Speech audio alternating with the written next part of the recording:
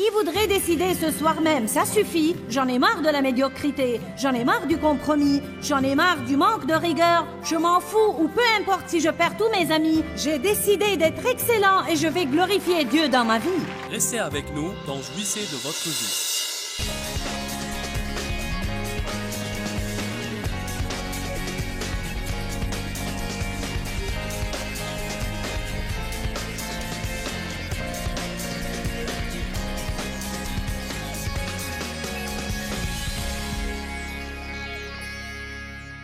Il y avait des fois dans ma vie où je pensais qu'il n'y avait pas de mal à cancaner et à dire du mal des gens, pourvu que je les dise à Dave seul.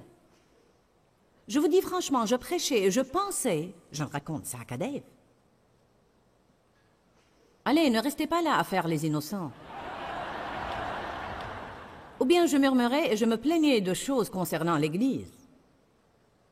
J'en étais arrivé au point où je ne parlais plus aux membres de l'Église, mais je rentrais chez moi et à Dave. Je n'arrive pas à croire ça. Je n'aimais pas ceci et je n'aimais pas cela. Ceci n'était pas juste, cela n'était pas juste. Vous savez, ces choses n'ont jamais résolu un problème. Êtes-vous d'accord ce soir? Toutes ces choses n'ont jamais résolu un problème. Si nos temps de prière arrivaient à 25% du temps que nous passons dans les plaintes, on remporterait de plus grandes victoires. Allez, j'essaye de vous aider. Un soir, après avoir terminé tous mes concernant le travail, le Seigneur m'a parlé et m'a dit, tu sais Joyce, ce qui importe n'est pas de qui tu parles, mais les paroles que tu répands dans l'atmosphère. Ce sont les paroles qui gâchent tout. Et il a dit, peu importe à qui tu parles, j'entends bien ce que tu dis, et je n'aime pas ça. Parce que tu parles de mes enfants.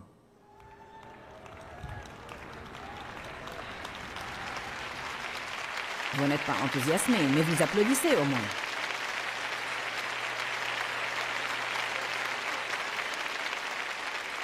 Combien d'entre vous croient que nous devons nous élever plus haut en ces jours-là? Combien d'entre vous croient que nous devons donner l'exemple à tout le monde? Nous ne devons pas faire ce qu'ils font. Nous devons donner l'exemple. Luc 12, verset 2. Non, commençons plutôt par le verset 1. Sur ces entrefaites, les gens s'étant rassemblés par milliers, au point de se fouler les uns les autres, Jésus se mit à dire en privé et tout d'abord à ses disciples rassemblés autour de lui, « Gardez-vous, méfiez-vous du levain et du ferment des pharisiens, qui est l'hypocrisie, qui produit des agitations violentes. » Alors il dit, « Gardez-vous du compromis, gardez-vous du mélange. Ne soyez pas hypocrites. Ne dites pas que vous croyez certaines choses alors que vous faites complètement autre chose en secret. Il n'y a rien de caché qui ne doive être découvert, ni de secret qui ne doivent être connus. C'est pourquoi tout ce que vous aurez dit dans les ténèbres sera entendu dans la lumière. Et ce que vous aurez dit à l'oreille dans les pièces les plus retirées sera prêché sur les toits. » Wouhou! Soit nous prenons toutes les Écritures au sérieux. Vous ne pouvez pas choisir seulement les Écritures qui parlent de la prospérité et des miracles. C'est le grand problème que les gens ont aujourd'hui. Béni soit Dieu, j'ai la foi pour mon miracle.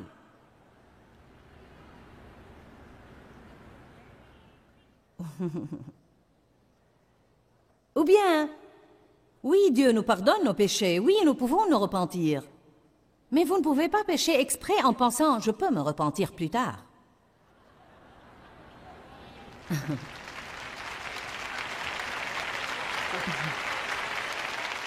Je crois qu'il y a quelque chose qui va mal dans nos cœurs quand nous vivons comme ça.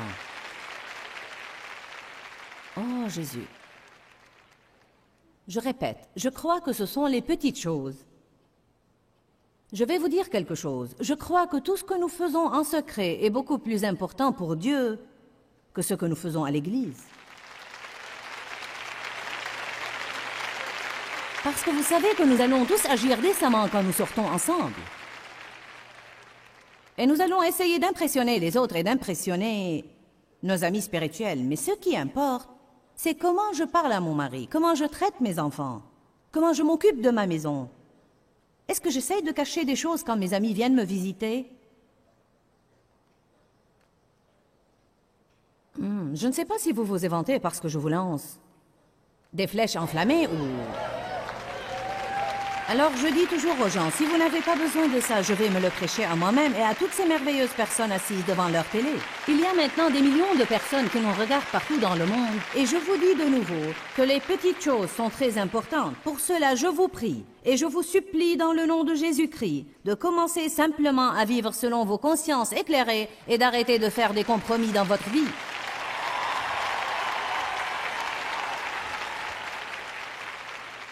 Je veux vous dire ce que mon cœur désire, et je n'essaie pas d'être super spirituel, mais quand j'ai prié cet après-midi, j'ai dit, Seigneur, je veux voir beaucoup de gens t'aimer. Je veux voir beaucoup de gens parler du Seigneur en public. J'en ai marre des prières cachées qu'on fait en se tenant la tête comme si on avait mal.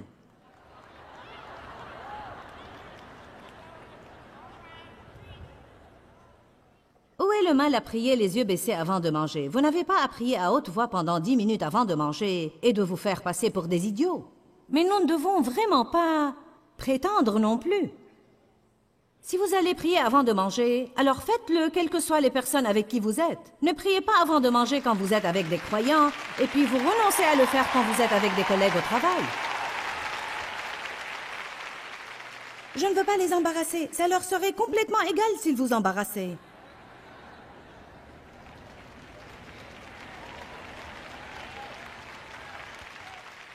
Je vous dis que le Seigneur cherche des hommes et des femmes, des garçons et des filles, des jeunes et des vieux, qui se lèveront aujourd'hui et trouveront le courage d'être différents.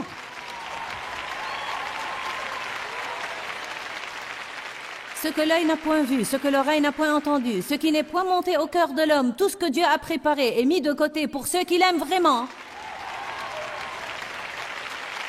et lui obéissent promptement, sans se soucier de ce que les gens pensent. Nous devons surmonter cette maladie de plaire aux hommes.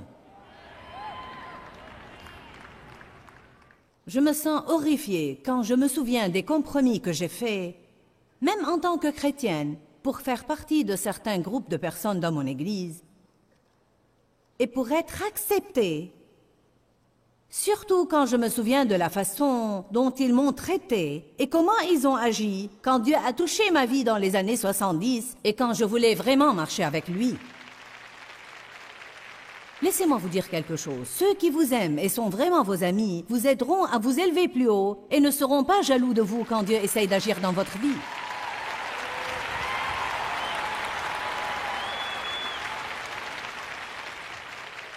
Je vais vous dire de quoi je suis affamée. Je veux voir de l'excellence.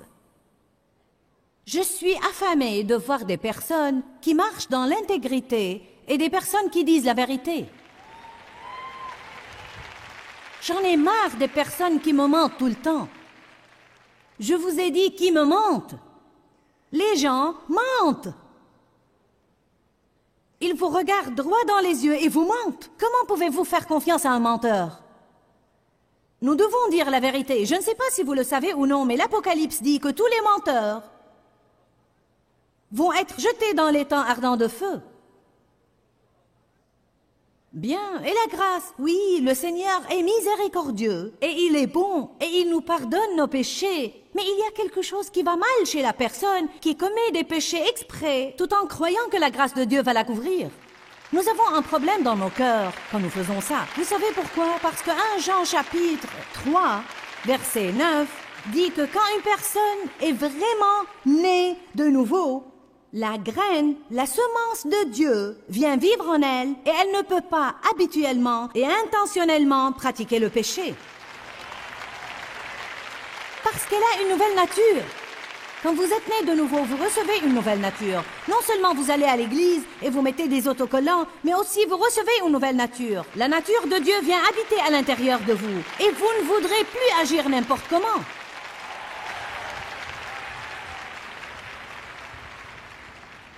Qui d'entre vous prendra une décision ce soir?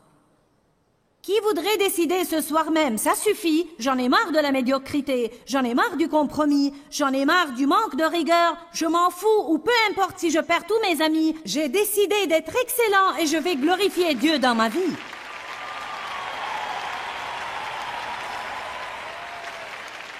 Allez, il est un Dieu merveilleux et il mérite d'avoir un peuple excellent. Mon Dieu, ce que Jésus a fait pour nous est trop merveilleux pour que nous puissions le décrire. Qu'arriverait-il au monde si la moitié des chrétiens vivaient pour la gloire de Dieu? Qu'arriverait-il si nous arrêtions simplement de dire des choses que nous ne devons pas dire et de maltraiter les gens? Qu'arriverait-il si tout chrétien, chaque fois qu'il commet une erreur, trouvait le courage de dire « Tu sais quoi, je suis désolé, j'ai mal agi, pardonne-moi ». Je n'ai pas donné le bon exemple. Et je suis vraiment désolée. Vous savez, si vous vous trouvez dans une situation embarrassante, j'ai fait ça au début. Dieu avait à me confronter et me confronter au sujet de ma bouche. Mes commérages, de dire des choses qu'il ne fallait pas que je dise, de faire courir des rumeurs et de cancaner. J'étais curieuse, je voulais me mêler de tout et le raconter à tout le monde. Je voulais être responsable des racontards. Et après, Dieu m'a confondu fermement dans ma vie. Et j'en suis finalement arrivée au point où quand je racontais des choses qu'il ne fallait pas que je raconte, je sentais comme s'il y avait une machine grinçante ici dans mon esprit. Vous savez comment le Saint-Esprit vous étrangle à l'intérieur et c'est comme « Je te dis, tais-toi ».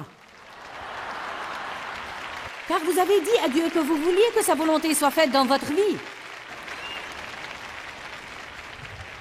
Alors, si vous avez invité le châtiment de Dieu et si vous avez invité la condamnation du Saint-Esprit, alors mettez votre ceinture et préparez-vous parce qu'il veut retrouver une église sans tache ni ride. Est-ce que quelqu'un oserait prendre cette décision ce soir? Est-ce que quelqu'un oserait être comme Daniel? Daniel avait pris un engagement alimentaire avec Dieu. Il avait fait à Dieu des promesses concernant son appétit. Et quand il est rentré au service du roi et on lui a dit « Tu vas manger ces aliments », il n'a pas dit « Ah, je n'y peux rien, je vais en subir les conséquences si je ne fais pas ce qu'ils veulent ».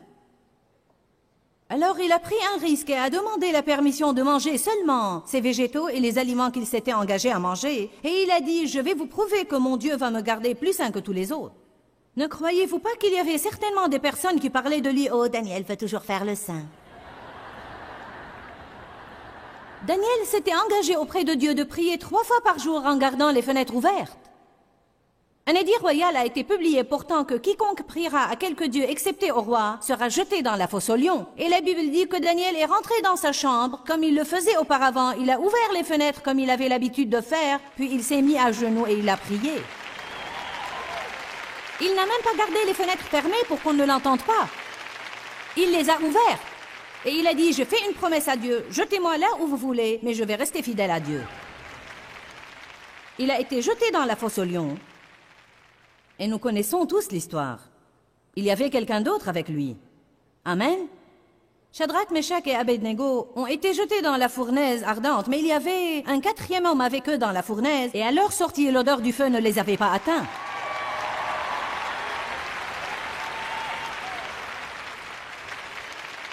Il faut que vous appreniez à arrêter de faire des compromis si vous voulez que Dieu agisse puissamment dans votre vie.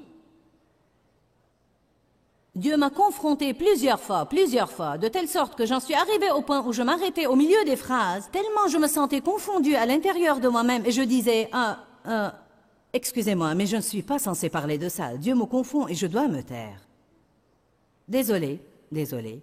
En fait, c'était embarrassant. Mais j'avais promis à Dieu que dès qu'il me confond, même si c'était une chose qui allait vraiment m'embarrasser, de ne pas permettre à ma chair de dominer. Faites cela quelquefois, et vous prendrez le dessus sur votre chair. Amen. Il y a plein de personnages dans la Bible dont Dieu a enregistré les erreurs pour notre bien et pour nous instruire. Je veux que vous preniez Genèse 4, verset 1. Adam connut Ève, sa femme. Elle conçut et enfanta Caïn, et elle dit, « J'ai formé un homme avec l'aide de l'Éternel. » Plus tard, elle enfanta encore son frère Abel. Abel fut berger, tandis que Caïn fut laboureur. Au bout de quelque temps, Caïn fit à l'Éternel une offrande des fruits de la terre. Et Abel, de son côté, en fit une des premiers-nés de son troupeau et de leur graisse. L'Éternel porta un regard favorable sur Abel et sur son offrande, mais il ne porta pas un regard favorable sur Caïn et sur son offrande. Alors Caïn fut extrêmement irrité, et son visage fut abattu. Et l'Éternel dit à Caïn, « Pourquoi es-tu irrité et pourquoi ton visage est-il abattu? Écoutez bien. Certainement, si tu agis bien, tu relèveras ton visage. Et si tu agis mal, le péché se couche à la porte comme une bête tapie, et ses désirs se portent vers toi. Mais toi, tu devras le dominer. » Cependant, Caïn dit à son frère Abel, « Allons dehors. » Et comme ils étaient dans les champs, Caïn se jeta sur son frère Abel et le tua. L'Éternel dit à Caïn, « Où est ton frère Abel ?» Il répondit, « Je ne sais pas, etc., etc. » Vous connaissez l'histoire. Et la Bible dit que depuis, Caïn a été maudit sur la terre. Permettez-moi de vous dire quelque chose à cet égard. Tout d'abord, Caïn a fait une offrande de l'œuvre de ses propres mains. Il a présenté sa dignité au Seigneur et Dieu a refusé que sa dignité dépende de ses propres œuvres, comme il le fait toujours quand nous lui offrons nos propres œuvres. Mais Abel a offert les premiers-nés de son troupeau et leur graisse. En d'autres termes, Caïn a offert n'importe quoi. Mais Abel a offert le meilleur qu'il avait. Je ne crois pas que nous comprenons que ces personnes faisaient un sacrifice quand nous apprenons qu'ils ont offert leur premier-né ou leur premier fruit. Savez-vous que s'ils ont offert leur premier-né, alors cela signifiait qu'ils avaient à attendre très longtemps pour savoir s'ils allaient avoir un second né? Quand j'ai remarqué cela, j'ai pensé, « Waouh, quel sacrifice! Vous voulez que j'offre mon premier et le seul que j'ai jusqu'à présent? » Anne avait longtemps prié pour avoir un bébé. Elle ne se trouvait pas enceinte. Et elle a dit au Seigneur, « Si tu me donnes un enfant, je te le consacrerai. » Et Dieu lui a donné un bébé. Je me demande combien il lui était difficile de prendre Samuel et de le sacrifier au Seigneur. Je me demande combien elle était tentée de compromettre. Mais elle a tenu à sa promesse et elle a sacrifié son fils au Seigneur et il est devenu un grand prophète. Et vous savez quoi? Anne, qui était stérile, après avoir tenu à sa promesse au Seigneur, a eu 3 autres enfants. Pas un seul ni 2, mais 3 autres enfants. Vous savez pourquoi? Parce que Dieu est fidèle aux fidèles. Alors, quand les gens donnent leur premier-né, ou ils donnent la graisse et non pas les troupeaux maigres, et les troupeaux malades, ou même ceux qu'ils allaient tuer de toute façon. Mais quand ils donnent le meilleur qu'ils ont, Dieu honore ça toujours. C'est pourquoi Dieu a respecté l'offrande d'Abel et non pas celle de Caïn. Caïn avait un problème dans son cœur. Et vous savez quoi? Je crois qu'il avait été jaloux d'Abel toute sa vie. En réalité, Caïn avait 129 ans quand il a tué Abel. Il avait un long temps pour juger, avoir une mauvaise attitude, critiquer et être jaloux. Et Dieu lui avait donné un long temps pour changer d'attitude. Mais au lieu de suivre le bon exemple de son frère, il a compromis. Ensuite, il a déprimé parce que son frère a été béni. La Bible nous dit, ne vous plaignez pas, comme les Israélites ont fait. Et 23 000 d'entre eux sont morts en un seul jour parce qu'ils ont donné accès aux serpents d'entrer dans leur camp et les mordre. Pourquoi? À cause de leurs murmures et leurs plaintes. Murmures et plaintes. Ensuite, la Bible dit, ces choses-là ont eu lieu pour qu'elles vous soient un exemple et un témoignage, afin que vous ne tombiez pas dans le même piège dans lequel ils sont tombés. Alors, dans 1 Corinthiens, Dieu a dit, voyez, c'est ce qui arrive quand vous faites cela. Alors, ne le faites pas.